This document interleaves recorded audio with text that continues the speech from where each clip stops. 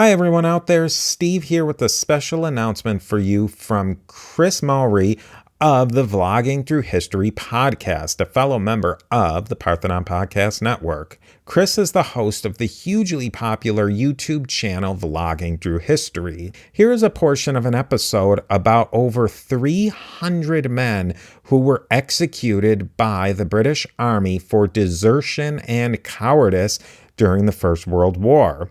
In this episode preview from Vlogging Through History, host Chris Mowry explores the process for executions and the stories of the men involved. To continue listening to the rest of the episode of the preview you just heard, check out today's show notes or search Vlogging Through History on your favorite app and continue listening to episode 10. It's also in the show notes.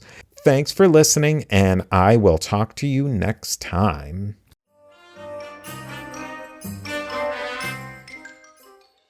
World War I, which at the time was known as the Great War, was one of the deadliest wars in human history. Estimates vary, but something probably around 15 to 20 million people died as a result of the Great War. About half of that being military deaths, the rest being civilians for various reasons.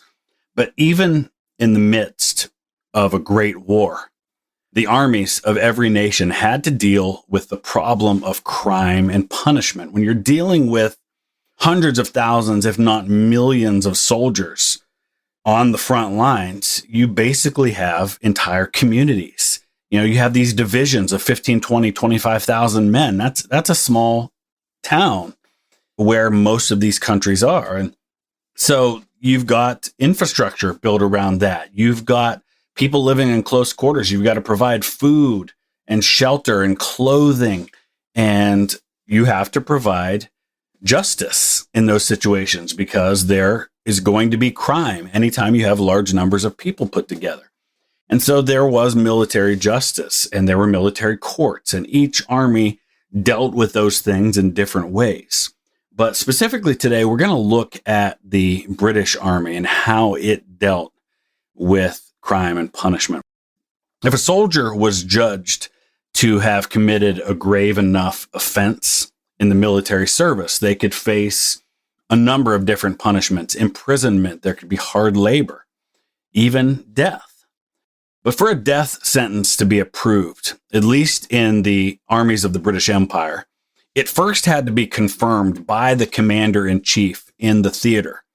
Over the course of the Great War, over 3,000 British Dominion or colonial soldiers were sentenced to death, but most of those sentences were eventually reduced to imprisonment, field punishment, or suspended altogether.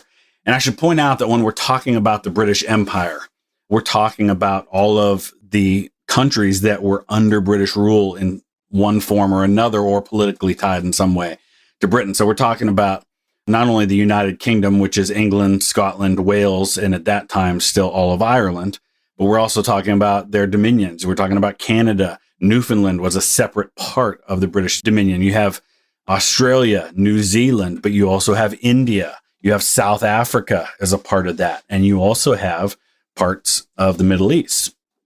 But out of the entire British Dominion, there eventually were 346 soldiers who were executed by firing squad. And most of those happened on the Western Front, France and Belgium specifically. And I'm actually looking at a chart for executions in the British Army by year and based on what offense they committed. In 1914, which was the first year of the war, the war starts at the beginning of August of 1914, so the second half of the year. There were only 4 executions in the British Army in 1914. 3 were for desertion and 1 for cowardice. Now you go to 1915 and that number starts to climb. Now you have 46 desertion executions in 1915, 4 for cowardice, 2 for quitting their post, 1 for disobedience, and 2 for committing murder. In 1916, the number jumps again dramatically. 71 for desertion, 10 for cowardice, 2 for quitting their post, 3 for disobedience, 4 for murder, and now we add 3 new categories for which people are executed. 3 for striking a superior officer. Imagine that in the heat of the moment, you hit a superior officer and boom, you're executed for it.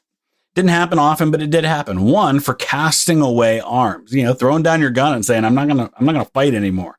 And one for mutiny.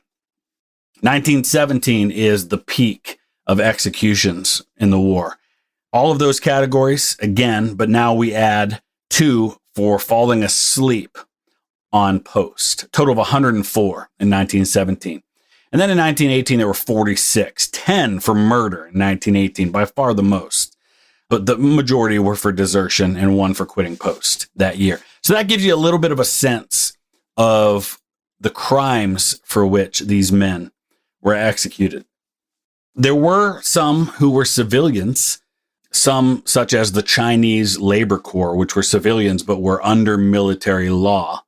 The one lone exception within the British Empire and Dominions was the Australian soldiers. The Australians made up a big chunk of soldiers on the Western Front, and they lost something like, I think, 13,000 Australians were killed on the Western Front fighting.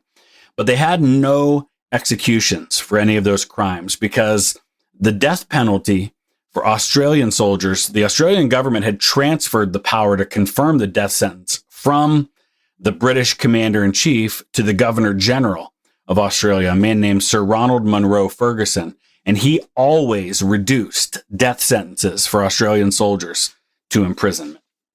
So a couple of interesting things as I'm looking at all of these numbers, and there's a lot of analysis of the Army. They're broken down by division, by what type of force there were, those things. Or, basically what we're dealing with are about 300 executions that took place for some form of desertion or cowardice among the British armed forces during the First World War.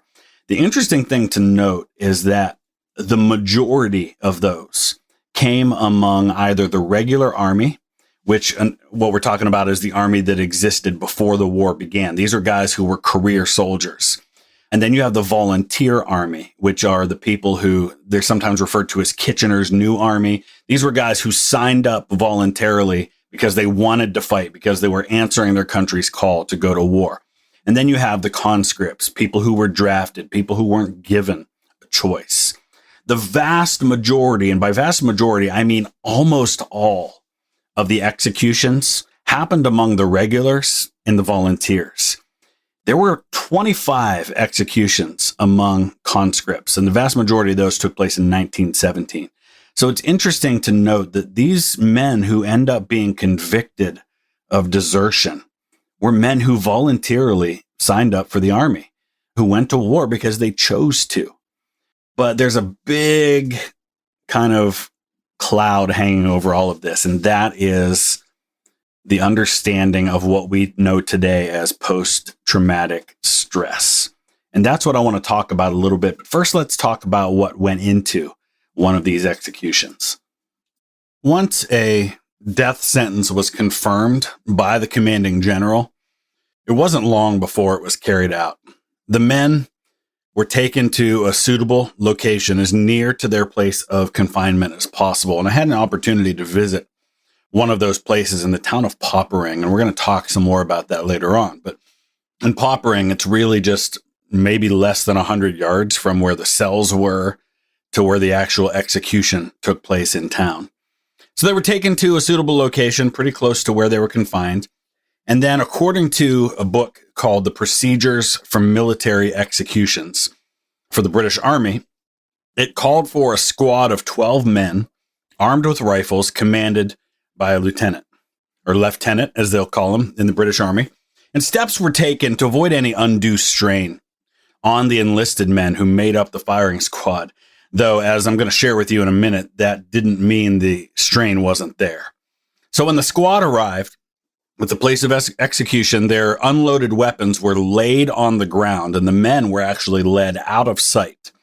The officer present would then load 10 of the 12 rifles with live rounds and 2 with blanks. This is something we've all heard before, and it did actually call for that in the Procedures for Military Executions. And so the theory was this allowed each man in the squad to believe that they had fired the blank round and therefore had not actually killed the man. Now, of course, anyone who's fired something like a Lee Enfield rifle knows that it's probably pretty easy to tell the difference between a live round and a blank one, especially if you have fired rounds before. So how much that really worked, I don't really know how much that is the case. But in most cases, after the volley had been fired, the sergeant who was a part of that squad would then pull out his pistol and put a bullet in the head of the condemned man. We call that a coup de grace. Sometimes it would be the officer present who would do that. But it was a very brutal and very efficient way of dispatching with the condemned man. You know, I haven't taken a lot of time in my life to think about the psychological effect that it must have on the common soldier to be commanded to be a part of one of these firing squads, to execute one of your own fellow soldiers, especially for these guys who have been on the front lines and fought alongside these guys for a couple of years and had to deal with all of the horrors of war, and to know how many times you've probably had it cross your own mind to want to get out of that situation by any means necessary, to then be ordered to kill one of your own. It must have been horrible. And I've actually got some sources here, some descriptions from some of the men who were involved in these executions and what this experience was like for them. One of them was a man named Arthur Savage. And this is what he wrote about it. He said, "I was ordered to go on a firing squad in 1917. The man was led out by a military policeman and a priest. Then he was tied to his post. He only looked about 20 and wasn't very tall. An officer went up to put a blindfold over his eyes. I could hear his voice now, as clear as me and you talking in this room. He said, 'I need no blindfold over my eyes. Curse you and your blindfold, and may the judges who will surely sentence you one day show you more mercy than you've shown me.' Then we had to take aim. My hands were shaking so much, so I aimed about a foot to his left. Then we fired.